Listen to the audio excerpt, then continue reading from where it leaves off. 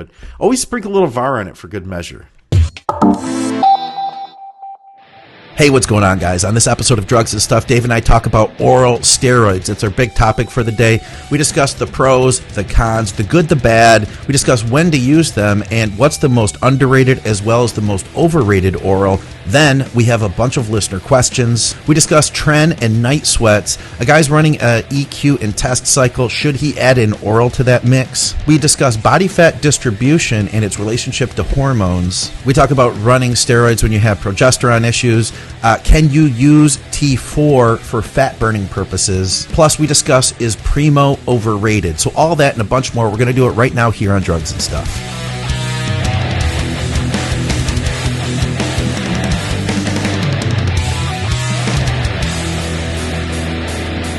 What's up, guys? Welcome back to Drugs and Stuff. I'm Scott McNally. Of course, I'm here with Dave Crossland. We've got a bunch of stuff going on today, Dave. We're going to talk about oral steroids, when to use them, the pros, the cons, and then we've got a bunch of listener questions. If anybody wants to ask some questions, listen, we got a lot of feedback on the previous episode, by the way. So thank you guys for everybody who commented, liked, shared the show, and all that. We have a bunch of questions that was from the YouTube feed, Dave. Wake up, Dave. Excuse me. Dave. I'm sorry, I didn't get a lot of sleep last night. Yeah? What's up with that? How you doing? I'm good. No, I'm all right, mate. I don't know why I didn't sleep last night. I just didn't. One of them just up for a piss every 10 minutes. Old man problems, mate. Old man problems. Yeah. You got to get that prostate checked. You're at that age. Oh, okay. I've just had it checked, and it was all by a good. doctor. By a doctor. I had an MRI on my prostate. Oh. I'll have you know. Okay. And it all came back good and healthy. So, good. To you, with Good. knobs on. All right. So, one thing I wanted to kind of get into in the future here was maybe doing, like, we had talked about this before, maybe doing like a steroid profile of the week type thing. Like we went into DHB last week. So we did our steroids in the news. Then we did some DHB talk, broke that profile down. And then we went to our listener questions. Instead of doing a profile this week, though, I just wanted to talk orals in general. Well, basically, what are the pros and cons of using oral steroids? When are the best times to use oral steroids? What are the benefits going to be over an injectable? And like I said, what are the cons as well? So where do we want to start with this one, Dave? Every time you say oral, I just think of oral sex. Sorry. I can't help it. I don't know why. It just goes there.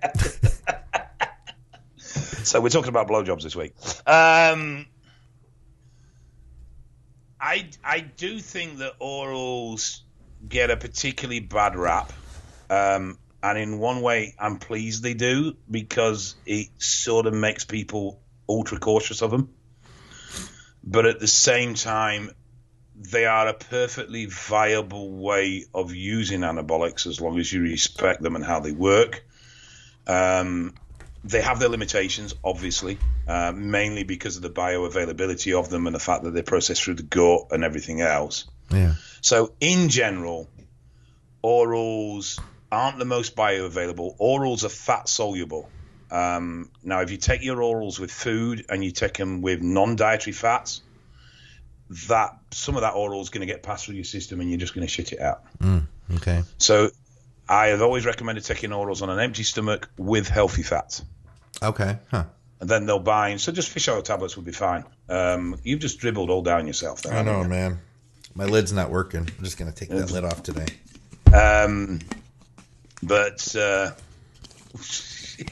Should use my True Nu shaker. I need my True Nutrition shaker. I got a stupid bodybuilding.com shaker here. Oh, just inferior product. That's all it is. I know, right? So, consuming them with some healthy fats, the orals are going to bind with the healthy fats and they're going to pass into your system much more effectively. Orals can be used as a pre-workout because they get into the system so quickly. Yeah. Blood plasma levels will peak very rapidly. Depends on the person and dose how much that's going to impact you. I know from personal experience, when I've run high-dose orals as a pre-workout, they've actually become counterproductive because the pumps have been so ridiculous. You can get that. Like, if you're taking something like D-ball, I've seen that even. I've even seen that with a lot of people and myself. You might not be able to do your like the lower back pumps. You end up not being able to do squats or having issues with bent over barbell rows, things like that. Mine was mainly arms and shoulders. Okay, yeah. But I mean, I was on some pretty hefty doses at the time. What are we talking here? 100 meg of oxy, 100 meg of Anavar. That's a lot of gear. That's a lot of gear. But I would literally be 4 or 5 sets into arms, and I'd be done. Couldn't move them. Yeah. They were just so pumped. It was just impractical to do anything. Yeah. Which is one of the reasons. Part of my, let's see what happens if we do this. But, people say, oral only cycles are a bag of shit. No, they're not. If that was the case, then SARM only cycles would be a bag of shit. Pro-hormone only cycles would be a bag of shit. And the fact is, you can have reasonable gains in relation to the doses and drugs you're taking. Yeah. But here's the thing, though. I think here's what we run into a lot. And when we title this, the title's going to have, say, like, oral steroids, pros and cons, something like that. This is a topic that a lot of really new guys gravitate toward. And my fear for people is that the oral steroids are the first thing that people think to do. They haven't done steroids before, then they think like, okay, I'm going to take an oral, and they think to themselves like, okay, this is what I'll do, and eventually maybe I'll start injectables, but or they don't. My fear would be that you continue using orals only for your cycles, and then you get more complex, you're increasing the doses, you're stacking other compounds, and before they are liver toxic. Let's address that. We're going to get on to that, definitely. Okay. Where orals have their limitation is application of dose. Yeah. You can't shove huge amounts of orals into your system. Or for extended periods. No. And 2 reasons. Certain orals you just can't run for extended periods because, like Anavar, it's non-aromatizing. You can end up with low estrogen. Yeah. Okay. Yeah. So, things like that become an aspect with certain drugs as well. And orals are no exception to that. They are toxic. They're not only liver toxic, they do stress the liver. Now, liver toxicity to a degree has been exaggerated, but I think that's a good thing because it keeps people respectful of the drug. Sure. But they're also toxic to the stomach. And at the end of the day, we've discussed this a million times. There's no point using drugs if you can't fucking eat because your stomach's wrecked because of the drugs you're taking. Yeah. It's counterproductive. If your digestive tract is, and it's one of the most vulnerable areas we have in trying to put size on, is our ability to absorb and digest the nutrition we eat. Yes, that's the bottleneck. We can eat huge amounts of food, but it's getting it from the stomach into the system, absorbed and used, that is quite often the element that people struggle with. Yeah. And they end up bloated and uncomfortable and basically living on the toilet because their stomachs can't cope with the food they're pressing in, and that can be 2 volume, but it also can be toxicity from the drug, and that is particularly prominent with orals. Yeah. Orals in general do fuck your appetite in most people, in a large number of people, and as a result, it's not the ideal way of administrating steroids. There's no way around that. Orals is not an ideal way of administrating steroids. Injectable is a much more efficient and proficient way of using anabolics. Yeah. They are convenient because they're non-invasive. They are convenient because you can hide them in a vitamin C tub in your sock drawer and don't have to tell mummy and daddy that you're on steroids. Yeah. But they are far from ideal. That doesn't mean they don't have uses and place, but you just need to be respectful of them. What I've never understand is I'm going to front load with orals. Yeah, we discussed front loading on the last episode, but we referred to more like doubling up your test in the first week of your cycle type thing to get it to build up faster. So let's look at orals more in how they impact the body negatively. So we know they get into the system fast, but we also know they generally, for most people, will cause some level of appetite suppressant and some level of digestive upset. Okay. We know they stress the liver. Okay. So I'm starting my cycle. I'm going to front load with 60 mg D-bol a day. Oh, yeah. Hell yeah. Yeah. You're going to be jacked in a week. I'm going to do that.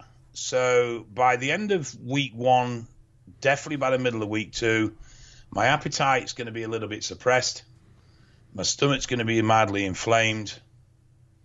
And my liver's going to start to get stressed. Where do I order this from? I'm ready to start. I continue with these anabolics for 6 weeks, and then I drop them and continue with my injectables. Yeah. Well, I've already stressed my stomach, and I've already stressed my liver. Yeah. They're not going to stop being stressed because I've dropped the orals, because I'm now on a high dose of, an elevated dose anyway, of anabolics through injectable. And you're forcing food. You're not giving you know what I mean? You're not dialing back. You're not giving your body that break to recover. So to me, it's always made more sense to take anabolics at the end of a cycle. Orals, yeah. Sorry, yeah, orals at the end of a cycle. And there's 2 reasons I find this useful. One, if toxicity rises, I know I'm coming off afterwards anyway. I'm not going to try and continue on a cycle once I've finished my orals. And 2, it's a huge psychological boost because I'm physically adding not only a drug in, but a different drug through a different mechanism. Yeah. So if I increase the injectable dose, it's not that significant on me psychologically because all I'm doing is putting a little bit more fluid in my ass. Mm-hmm. But if I now start taking an oral for the last 4 to 6 weeks of my cycle, psychologically, I'm taking a power pill. Yeah. You know, and so there's that boost, but obviously I also prefer to ramp cycles up, and I prefer to run a little bit higher at the back end and run a little bit leaner at the front end, and ease into the cycle, culminating in a period of higher dose, which averages out, and then coming off. Yeah. Yeah, I'm all for that. And let's look at a contest prep situation. That's obvious. That's the same thing you would do. I've seen it set up where somebody wants to do a contest, or we'll just say a cut cycle. Usually it'll be the non-competitor. They set up their cut cycle. We'll say they're doing test, Masteron, and Tren, and they start in Winstrol, and they start all those compounds from the start of the cycle. I'm of the mindset of, especially like a contest prep, we start with test only, maybe add in a little bit of clenbuterol or something. Basically focus on the fat loss, and as you progress, then start adding in the Masteron, then starting in the Tren, then add that Winstrol for that last little window. And that's just like the icing on the cake, really. It's not because if you were to run a cut cycle and you open it up with Winstrol for the first 6 weeks, and then you've got 6 weeks left, you've just used what was your cosmetic hardening, because in that case, it's, a Winstrol, a Halo, an Anavar. Those things are going to be more for that cosmetic look, that appearance of being harder, more vascular, more grainy. You don't need that at the beginning of the cycle. You want it at the end when you're your leanest. I think that's a big mistake. The other thing is you're then living with the stress of that for the full cycle as well. Sure. It's effectively premature ejaculation in a chemical form. You're still stuck on the sex thing, huh? I know. It's just honestly, I have a real childish mind because I'm quite a prude when it comes to sex stuff. I am. I'm quite a prude. So when someone says oral, the first thing my head goes to is oral sex, and I'm like, he said oral sex. But no. Yeah, I mean, but it is. You're shooting your load early because you're putting everything in at the beginning. Yeah. And you'll get this huge initial response and be like, whoa, and then everything will start to go to shit 6 weeks in because your body's tired, it's stressed, and where do you go from there? Sure. The only way you can go is down. Yeah. And so you're much better holding back, adding things in as and when you need them. And it makes no sense to me to run orals at the beginning of a cycle. I don't see the logic in it. I really don't. Yeah. All right, and we could probably split these up into a couple of groups: bulking orals versus cutting orals. I mean, something like Anadrol, you could take that whenever you wanted to, really.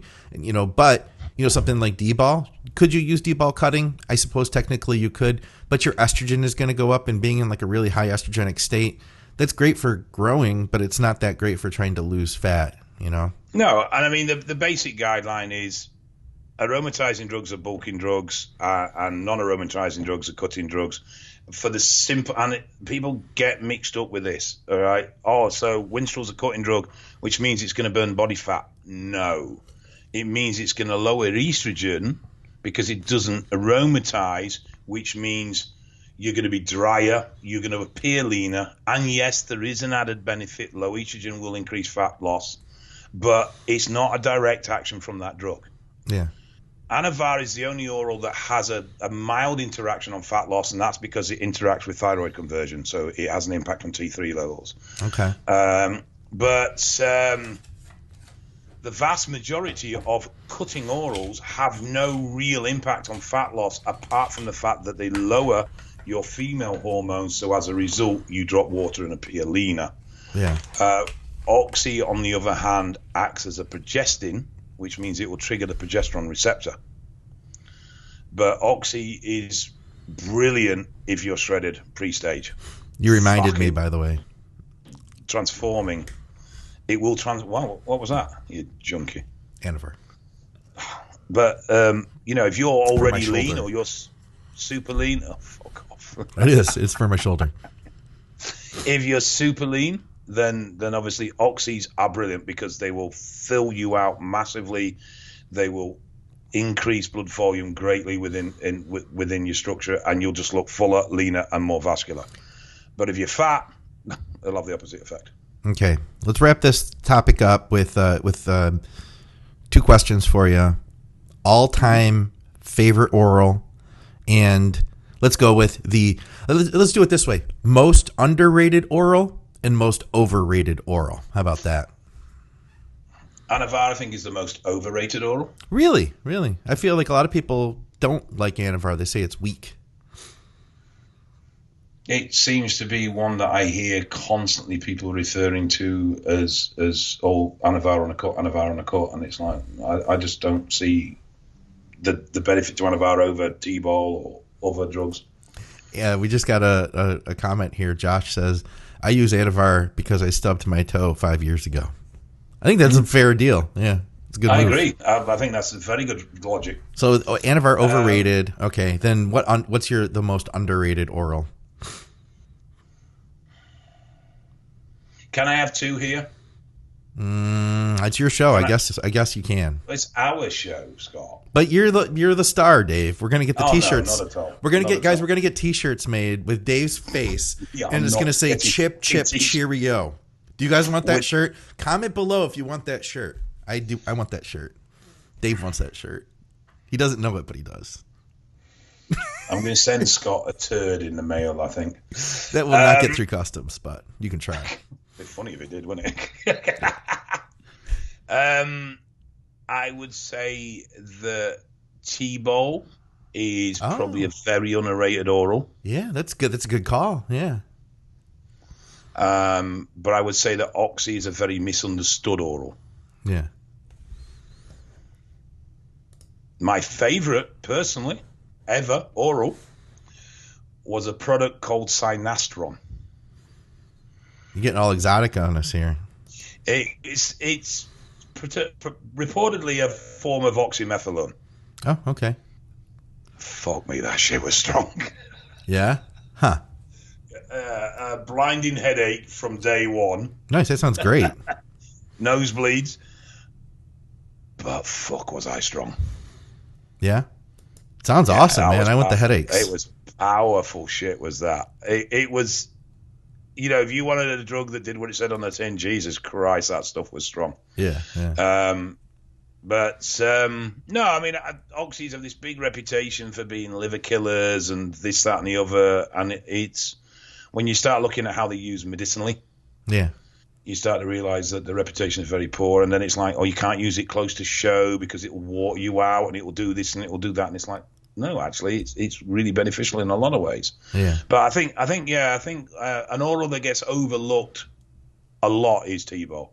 Yeah, I think that's a good call. That's a good move. Nice little oral, actually, is T-ball. Yeah. It's got it's quite a diverse little drug. And I would say probably the most used would be D-ball, followed by Winstrol. You think Winstrol's used more than Anavar?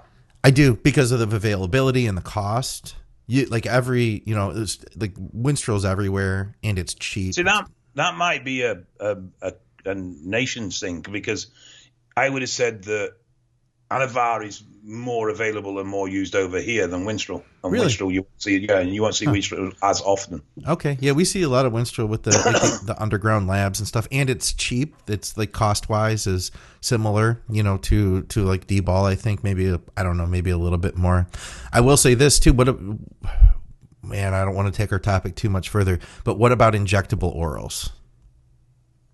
Well, supposedly, I mean, really, you've got all the benefits of the oral with none of the drawbacks, have you? Well, at least none of the digestive drawbacks, and you missed the first pass on the liver. We didn't even mention the reason that oral steroids are hard on the liver is that they have a special coating, basically, that allows them to pass through the liver to hit your bloodstream, which is damaging, is what it comes down to. So you miss that when you use an injectable Winstrol or an injectable D-ball. Some of that stuff is water-based, though. That adds some new complications, pain, infections. A water-based product is a lot more likely to cause an infection because water can grow bacteria. You can use a water-based sublingual and bypass the stomach. Will it? You can drink Winstrol. Oh, I see. Yeah.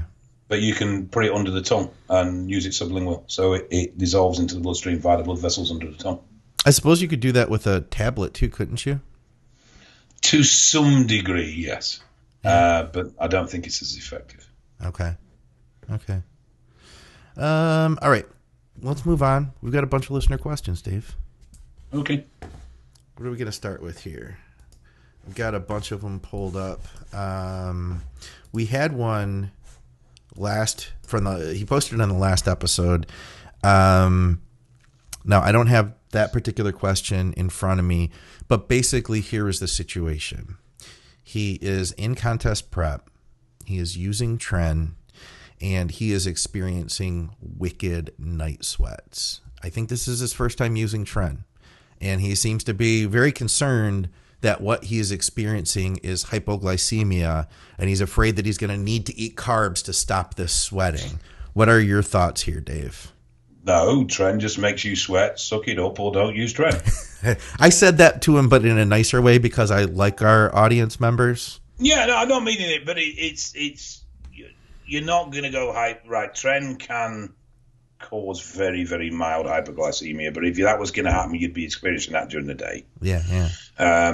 It's your night sweats just come side to side with Tren. It's as simple as that. If you're going to use Tren, then you are most likely going to suffer with high temperatures on the night. Okay. And unfortunately, it's deal with it or don't use Tren. Yeah. It's as simple as that. And I know that sounds harsh, and I'm not meaning to be dismissive, but it is as simple as it is. It is a very powerful drug, and unfortunately, for certain people, the side effects can be particularly dramatic. I mean, I know people that get warm with Tren, but then I know people that have DMP level night sweats with Tren. Oh, dude, I've sweat. Listen, I'm going to tell you right now, I've sweat so much on Tren. I will tell you this. Here's what I've noticed. It's when I'm holding more fluid. It's when I've eaten carbs. So if I did a cheat meal and I'm really lean, contest lean, then I know that night I'm just going to be just a furnace. But you're going to have that anyway when you're super lean if you eat carbs anyway. Absolutely, whether you're using Tren or not. But that Tren would definitely amp it up. In fact, I had a whole regiment set up next to my bed where I laid down a towel, like a big beach towel, a thick one, laid it over my pillow, and then I would lay on that. And then in the middle of the night, I would wake up again, and then I would change that towel for another one that was next to my bed. And then after that, I'd finally throw the towel down, and I'd have a separate blanket, and I'd grab that other blanket, and then I'd just sweat on the mattress for the end of the night. But man, I would wake up so dry and hard. In fact, I kind of went a little crazy with it. I started thinking to myself, like, man, I'm going to start sleeping. And I started sleeping with an electric blanket for a while on top of that. I swear to God. And I would wake up, my fingers would be pruned because I was sweating so much. Fuck it out. I'll show you some pictures from that period, dude. It was insane. I was contest ready in the 190. So the last time I had competed, I was like 193. Okay. And I didn't compete for 2 years. And this time I ended up getting on stage at 181. Fucking hell. I just wanted to see how far I could push it. Obviously, I took it too far, and I definitely sacrificed size. I took second. I almost won. The guy who beat me took the overall. We had this really cool, it was a big, they kept calling us back and they kept comparing us. And then the guy ended up beating me. But I mean, if I would have been 5 pounds heavier, who knows what would have happened, but he had better shape. It was still, man, it was ridiculous. But yeah, it's just something you got to deal with. It's something you got to expect if you're going to run trend, if you're going to contest prep, these things are going to happen. Wife used to love it because she's always cold in bed, so she used to love the radiator that was sleeping next to her. That's funny.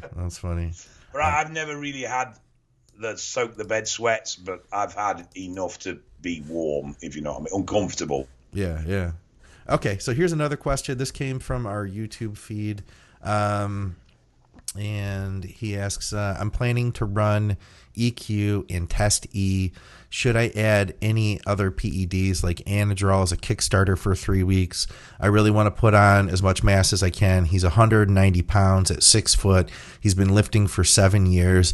I asked him what his previous cycle experience was, and he said that the last cycle he did was 4 years ago. It was test propionate along with Winstrol for 8 weeks. So he's had other cycle experience, but it sounds like it hasn't been for 4 years. What are your thoughts here? Test and EQ, should he add anything else? No, I don't. I mean, one, his cycle experience seems quite mild. Two, he's had 4 years off. I mean, he could possibly get away with test only as well. It'd be like a brand new cycle, or it's going to be a first cycle all over again. Yeah. If he's wanting to put weight on and grow, then he's not really looking at adding more drugs. It's look at efficient training and getting more food in. The EQ could potentially help with that. EQ is one of them drugs that, you speak to 50% of people and they say, oh, my appetite's through the roof on EQ. Yeah. And you speak to the other 50% of people and say, no, it fucking kills my appetite. I can't do anything for it. Yeah. And so, that very much person dependent. But, I don't see anything wrong. If he wants to run an oral, fine. But as we've already discussed in the show, stick it at the end. Don't stick it at the beginning. And at the end of the day, if he's looking to bulk, 190 at 6 foot, so he's not particularly a heavy built guy. So I would suspect that food consumption is not easy for him. So I would be a little bit wary of orals if they're going to damage his appetite. Because I would have thought that it sounds like eating's not his strong point. Yeah. Otherwise, you'd expect him to be a bit more than 190 at 6 foot, normally anyway. But yeah, I don't see. Focus more on your food and your training, and the drugs are more than adequate. If he did want to use an oral, just my personal experience now, so all steroids will thicken your blood, will build red blood. EQ is known as being a real strong blood builder, as is Anavar, so I wouldn't run the two together. Yeah, yes, I was just thinking that myself. Okay. Yeah. Great, so I just minds. I've seen people who say, "Oh, I don't care." They'll stack them together because they like both of them. But just my personal experience and taste, I'd prefer to use something else, maybe D-ball or something. But I think you're right, man. I don't think he necessarily needs it. Let's see what we've got here next. Another question from YouTube. And once again, guys, if you're watching this now, and you're watching this on YouTube, then feel free, comment, leave us your thoughts, leave us your feedback, all that stuff we appreciate. Of course, if you haven't subscribed yet, we'd love to have you along because we have several podcasts each week, and feel free to ask questions. We'll take them on the next show. All right. He says, here's a topic. It's not exactly drug related. I heard some top bodybuilding coaches talk about body fat set point and that everyone is different. Some will get fat easily while others stay lean with the same calorie intake and expenditure. Would be cool if you could talk a bit about the role our genetics and hormones play on body fat, and maybe and if we should help body fat loss with drugs. Okay. So, hormone-wise, the biggest driving factors for fat accumulation are our female hormones, so estrogen, to a degree progesterone. Very high levels of estrogen, or in particular more low levels of testosterone in reflection to high levels of estrogen, will cause us to store fat, and particularly in a female pattern, i.e. hips, arse, those sort of areas. So that's really where your hormone element comes into it. Set point is effectively the point at which your body likes to stay. When you initially diet and lose fat, if you don't maintain the new body weight that you achieve for a period of time, your body will strive to go back to its previous weight, because that's its set point. Now, a lot of people disagree with the terminology, and I can see why, but effectively our body doesn't like change, and it will strive to return to where it was. And that will be both when trying to gain weight, it will try and go back down, and when trying to lose weight, it will try and go back up. Once you've maintained your new body weight for a period of time, and that can vary from person to person, but most people will say the sort of 6 weeks to 8 weeks of maintaining a new body fat composition or a new muscle to body fat composition, then your body will start to accept that as its baseline, as this is my normal. Yeah. And then as a result of that, it's a bit more reluctant to move away from that if you increase calories or decrease calories, depending on where you are and what you're doing. So when we try and push our body one way or the other, it will initially fight back. Yeah. And it will still try and regress when we stop that process. But once we've maintained that new position, it accepts that as its new position. And then it's much more reluctant to go back the opposite way. So say for argument's sake, you lose 25 pounds of fat. You then stay at that 25 pound of fat loss for 2 months. Mm-hmm. If you then started to initially increase your calories, your body fat composition would stay in that area initially.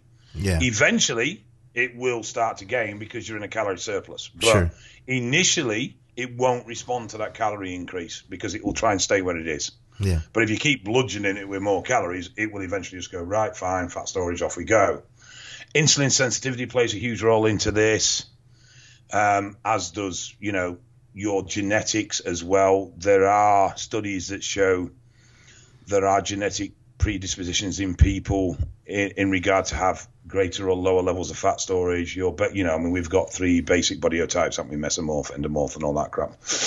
And there's even been stuff to show that transplantation of fecal matter can change how people maintain body fat. Yeah, okay. Yeah, that's right. I've seen that too. Yeah. So it is quite a complex subject, and to be honest, I don't know enough about it to get into real detail, so I can only sort of give you the basic overview. Yeah. We need Dr. Scott again on this one, because he would be able to go into a gnat's arse of the details of what triggers fat loss and fat gain, etc. Yeah. But that's the nutshell, cheap seat version of it. I'll tell you something too. As a coach, I've seen various types of body fat compositions, and where people hold it. So there is like a genetically gifted body type out there, and that is the body type that holds their body fat evenly. That when you're a guy that, like, for a lot of men, we tend to hold a lot of fat in our lower backs. That's one spot where you could be, shredded up front. I've even seen guys where their legs are completely shredded, but they still have love handles, and you're only as lean as your fattest body part if you're going to be on stage. No matter how lean you are, if you have, saggy glutes or you still have love handles, you're only as lean as that body part. That's the way you're seen on stage. It's the guys and girls who have like an even fat distribution where it's just like a thin layer over their entire body. Those are the ones that can really get away with, I think, pushing the body fat up a little higher and not have to struggle as much. Because if you have like a stubborn area, sometimes you have to really, like, for glutes, for some people, can be really stubborn. Their whole body's in. And of course, in bodybuilding now, everybody wants to have the shredded glutes on stage. But you may end up sacrificing your legs or sacrificing how full you are up top to get that weak body part into shape. So sometimes it's a matter of balancing it, and maybe your glutes just can't be quite as peeled as the next guy. But if everything else looks better, at its best, then it's finding that balance. Have you noticed, though, that if you sacrifice and get that weakest body part in terms of fat loss into condition, even though you might deteriorate other areas in muscle loss in order to do so, that the next time you diet, you find that area comes in so much more easier. It depends, I think. It depends. I can tell you, for some people, they just have a stubborn body part. And I was just talking to somebody the other day. It's the fat cells that are there. If you get lipo done now, you could change that.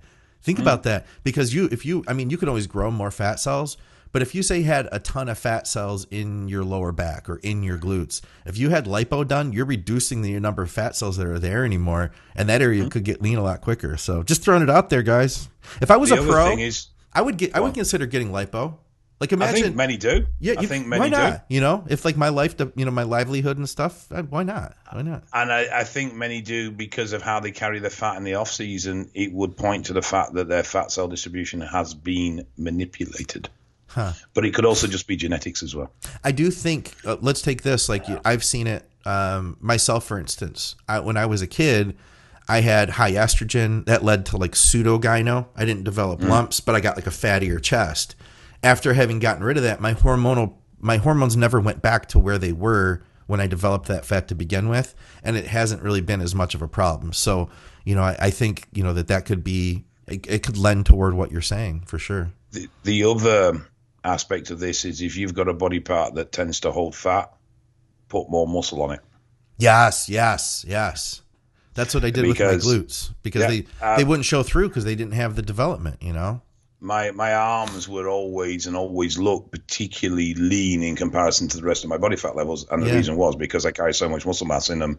The percentage of fat on that area was less in proportion to the muscle that was there. Yeah, if you take like a pro in their off season and they're fat, they still look like a bodybuilder. Versus if you take a guy who's only competed once, he's a middleweight, he gets in the off season, he's put on 30 pounds, he does not look like a bodybuilder anymore because he doesn't have the muscle showing through. No. The more muscle mass you carry in an area, generally the easier you'll find to bring it in. Yeah. All right. I'll move on here. We've got another one from the YouTube, the YouTube comments from last week. And then after that, we've got a few questions here on the feed, so we'll rip through them. He says this is his favorite podcast next to Fuad's. I'd say that as a compliment. I've never seen Steroids podcast, but I believe it's very good. I'll say then that, how do you say his name? It's Pampanda. Pampanda, you're my favorite listener next to our other listeners.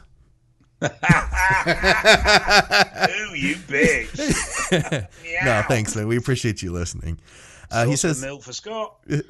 He says, what would be the best compound to use besides test if progesterone levels are always elevated? From what I understand, nandrolone acts like progesterone to the receptor, so he's not going to touch this stuff. He says, I've tried Masteron, and it decreased a little bit, but he said he was worried about that causing DHT side effects. Pretty much nobody talks about progesterone since many more people have issues with estrogen and prolactin. Thanks a lot. If progesterone is high, estrogen will stay low, so will prolactin. So high progesterone is doing you a favor. Okay. Deca, Antren, Act, and Anadrol. I'll speak American. Oxys. I'll speak English. Yeah. Anadrol or Oxys, their real name, their proper name. Act as progestins, not progesterone. Okay. What's that mean? Tell me. Progestin is something that engages with the progesterone receptor, but it doesn't influence the progesterone receptor in the same way that progesterone does. In fact, progestin often has negative impacts of progesterone. In one of those is, and this is why we see issues with prolactin, side effect issues with prolactin from Deca and Tren, is because if progesterone receptor was triggered correctly, then prolactin wouldn't be able to rise, nor would estrogen, because progesterone will force prolactin and estrogen down. It's a regulatory hormone. Yeah. Progestins don't. They actually increase estrogen and prolactin. Okay. So by taking nandrolones or oxy, you actually shouldn't have issues with elevated progesterone, because it should bring it down. Huh. However, what people don't realize is tamoxifen also acts on the progesterone receptor. I've heard this. Yeah. So he could look at running tamoxifen. Okay. But I would be curious to know what actual problems he's having in regards to elevated progesterone. Yeah, me too. Is this just I've got it on my blood, so I need to deal with it? Or is this, I've got it on my blood and I'm actually having a problem with it? Because they are two very different things. Yeah. I have seen prolactin levels as elevated on test-only cycles as I have on nandrolone cycles, yet they only have a problem with the prolactin on the nandrolone cycle. That's because of the interaction at the progesterone receptor from the progestin. Yeah. I don't fully understand how the mechanism works, and I'm trying to learn it. But what I do understand is it's the progestin interaction at the progesterone receptor that creates the side effects you're seeing from the elevated prolactin from nandrolones that you don't see when testosterone gives you the same level, which is why in prolactinemia, which I've said slightly wrong, naturally elevated high prolactin, we don't see a huge amount of gyno. Okay. Because high prolactin on its own isn't really a huge driver from gyno. It's high prolactin with this interaction at the progesterone receptor from progestins, nandrolons, that we see the gyno. Okay. That's the key element that changes everything. Okay. But I say I haven't fully learnt it all yet, but I am slowly but surely working my way through it.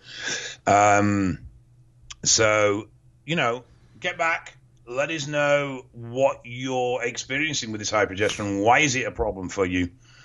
Or is it just a case of you're seeing elevation in bloods and that's concerning you?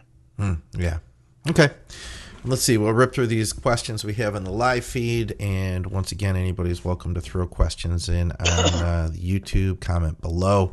Okay, here's one. We've got from Jeremy. He says, can T4 be used for fat loss, or will your body only convert it to the T3 that is needed? That's a good question. First of all, Dave, explain to him the difference between T3 and T4. One's got a 3 on it and one's got a 4 on it. Very good. Next question. T4 converts to T3. Our thyroid produces T4, and then T4 is converted to T3, and the relationship between the two hormones is quite critical.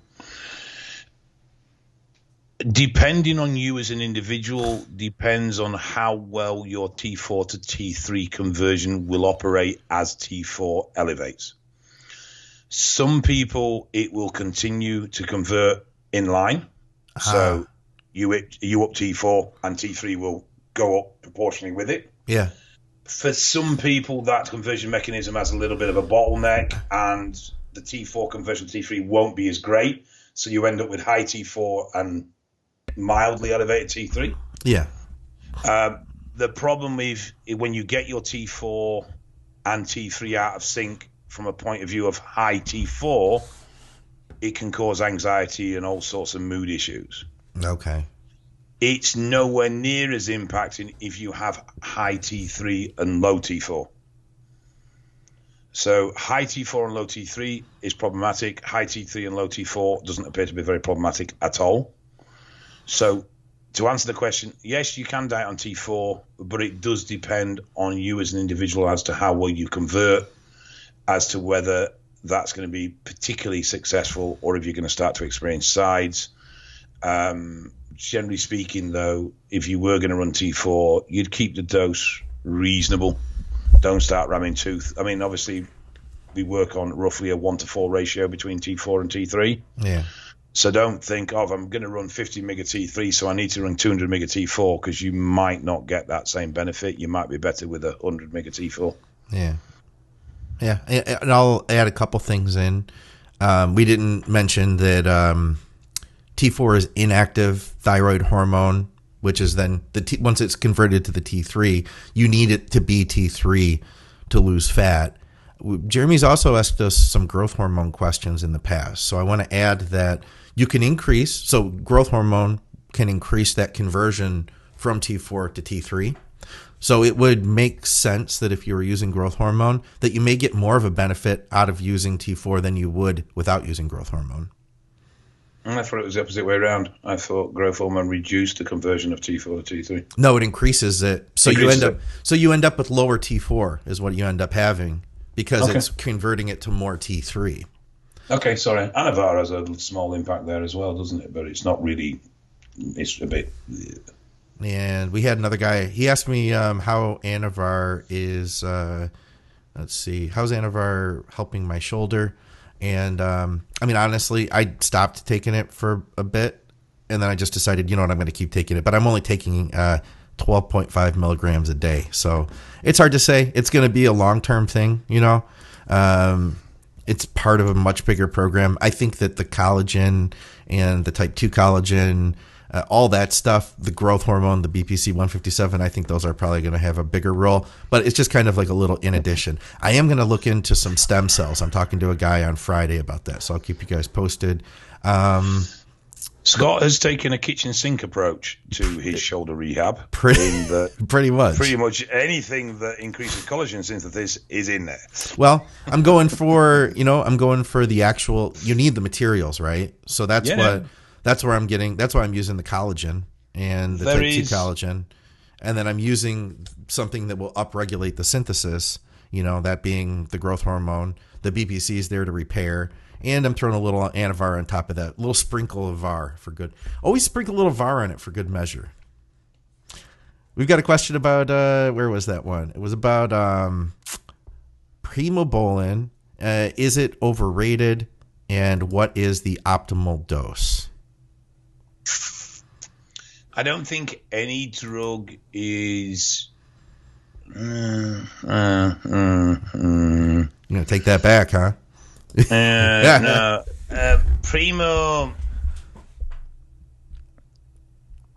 Primo has its limitations. Okay. It is mild in its action. Yeah. I do think that people tend to jump up and down and rave about Primo because it's the done thing. It's the what? Done thing. It's fashionable almost. Oh, yeah. I see what you mean. Yeah. Because in comparative results, you're not going to get out of Primo what you're going to get out of Deca or Test or Tren or the other drugs. Yeah. But its impact is subtle, but it's there. And if you're lean, you will definitely see some very nice lean tissue gains from Primo. But you're not going to see 20, 30 pound gains that you potentially could with a big test, a water-heavy test and Deca cycle. Yeah. But on the flip side, it's incredibly mild on your system as well. So it's a really easy drug to get on with, virtually no side effects, pretty universal in who can use it. As to optimum dose, how long's a piece of string? That's I don't think there is really an optimum dose. Yeah. I think it's more a case of the worst thing and the hardest thing with Primo is getting real Primo. Yeah. But I don't think there really is an optimum dose because, you know, it would depend on your level of development. It would depend on your body fat levels. It would depend on so many other factors as to how well you're going to react to the drug. We've talked about it on other shows. I think that one of the things I've heard it being said that, you know, in the past, people used to say, like, you need to really ramp. It's a weaker drug, so you got to take like 700, 800 milligrams a week. I've personally found like even as low as 300 was fine. I took the 700 and then I backed it down to 6 and then to 5 and then to 4. And if I were to use it again, I'd probably use it at 3. But I'd probably use it with a couple other compounds too. Of course, Test, maybe something else, and get more of a synergistic effect between, you know, the Primo and a couple other things versus just relying on just the Primo. I would say you're looking at the 300 to 400 mark would be where I would. If someone said to me, what dose do I take? I'd say, no, I'd try 300 to 400 and see where you're at. There you go. I think that's probably a good place to be. And you know what? It's going to be a little more effective on cost because that stuff is not cheap. This, you need 800 to a gram. No. That's a guy who's selling it to you. Yeah, it's bollocks. But I mean, if you can afford 800 to a gram, look at you. You got a damn good job. Because like you say, it's pricey shit. The hardest thing with Primo is just getting Primo. Is getting the real thing. There's so much shite out there that's touted as Primo. Yeah. I mean, I was even chatting to a female at the Storm Open Day on Saturday who was saying she had been running 100 mega Primo a week, and she was starting to get very deep. Wow, yeah. And there was me and Richard there, and we both looked at each other and went, test. Yeah. It fucking ain't Primo. Or it's highly unlikely to be Primo if you're getting virilization of that level at 100 milligrams a week. It's not impossible, but it's unlikely. Absolutely. All right. Well, that's all our questions for today, guys. If you have any questions you want to ask on the show, comment below. And please, leave us a like, leave us a comment. Let us know what you think. If you guys have had any experience, with appetite issues with orals, I want to hear about that. So definitely let us know about that stuff. Dave, we didn't have any British slang for the day, so we should prepare one for the next episode. We'll come back to answer questions, do some British slang. I will part with some British slang. You part with some British slang? All right. Yes. You need to sort that fucking Barnet out. What? You need to sort that fucking Barnet out, and I'm not telling you what it is till next week. Bonnet? Barnet. Is it hair? Yeah, well done. Yeah, women have a bonnet, yeah. No, Barnet, B-A-R-N-E. Oh, Barnet. Yeah. I never heard of that. I just lucky guess, I guess. Huh. Yes. I got to sort my hair out? You don't like my hair, Dave? No. Oh, it's all right, because I don't like you. How about that? It's a bit Tintin-ish at the moment. It's what? A bit Tintin-ish at the moment. Do you remember the cartoon character Tintin? Yeah. No, I got to look him up, though. I got to see this. Look Tintin up. In fact, that's your new name. Scott Tintin McNally. I won't tell Dave my middle name. I don't care. Your middle name is Tintin McNally. Actually, I told him before the show. It's Tiffany, but he doesn't believe me. Because I know he's not Tiffany. Tintin. Tin cartoon. Okay, let's see Tintin. Spitting image. Yeah, I love it. Scott. That's great. Yep, that's you. Scott Tintin McNally. That's great. Yeah, I'll dye my hair red, it looks like. And then I'll be set to go. All right. Well, for another episode of Drugs and Stuff, go to crosslands.org.uk. Check out Dave Crossland. You can visit me. I've got email below, or you can just go to Tintin on Instagram. You find me there. Of course, check out our sponsor, TrueNutrition.com. Get Azoth, that's AZOTH.com. And supplementneeds.co.uk. We've got links and we've got codes down below. All right, guys, we'll see you. Bye.